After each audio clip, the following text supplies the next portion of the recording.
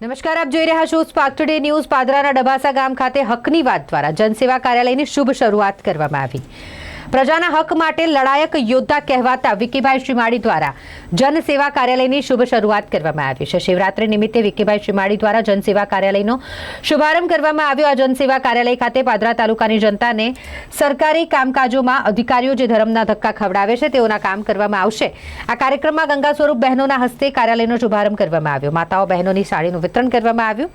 પાદરા તાલુકામાં પ્રજા માટે લડત લડતા યોદ્ધાઓનું સરપંચ શ્રીઓ, સંસ્થાઓ, જાગૃત યુવાનો નું બુકે અને મોમેન્ટો આપીને સન્માન કરાયું। પાદરા તાલુકાના ડબાસા ગામે હકની વાત, જનતાની વાત સીધી નેતાઓ સુધી, સીધી અધિકારીઓ સુધી, સીધી જ વાત જે પ્રાણ પ્રશ્નો હોય, જેની સાથે અન્યાય થયો હોય, જેની સાથે શોષણ થયું હોય, કોઈકને ધર્મના ધક્કા ખાઈને કંટાળેલો વ્યક્તિ હોય, એવા તમામ વ્યક્તિઓને અવાજ બનીને આજે હકની વાતની ઓફિસનું ઉદ્ઘાટન મહાશિવરાત્રિના પર્વના દિવસે ડબાસા ગામે ગણેશ પાર્ક સોસાયટીમાં કરવામાં આવ્યું છે।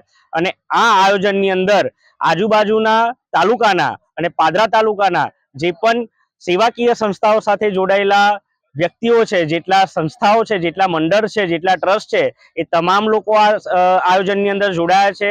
ખાસ કરીને આ આયોજનની અંદર પ્રાણ પ્રશ્નોને ઉજાગર કરવા માટે મૂળભૂત લોકશાહીનું સ્તંભ એવા મીડિયા કર્મીઓ પણ જોડાયા છે। સાથે સાથે આ આયોજનની અંદર ગંગા સ્વરૂપ બહેનોના હાથે આપણે આ ઓફિસનું ઉદ્ઘાટન કર્યું છે અને તેઓને સન્માનરૂપી સાડી સપ્રેમ ભેટ પણ આપેલી છે।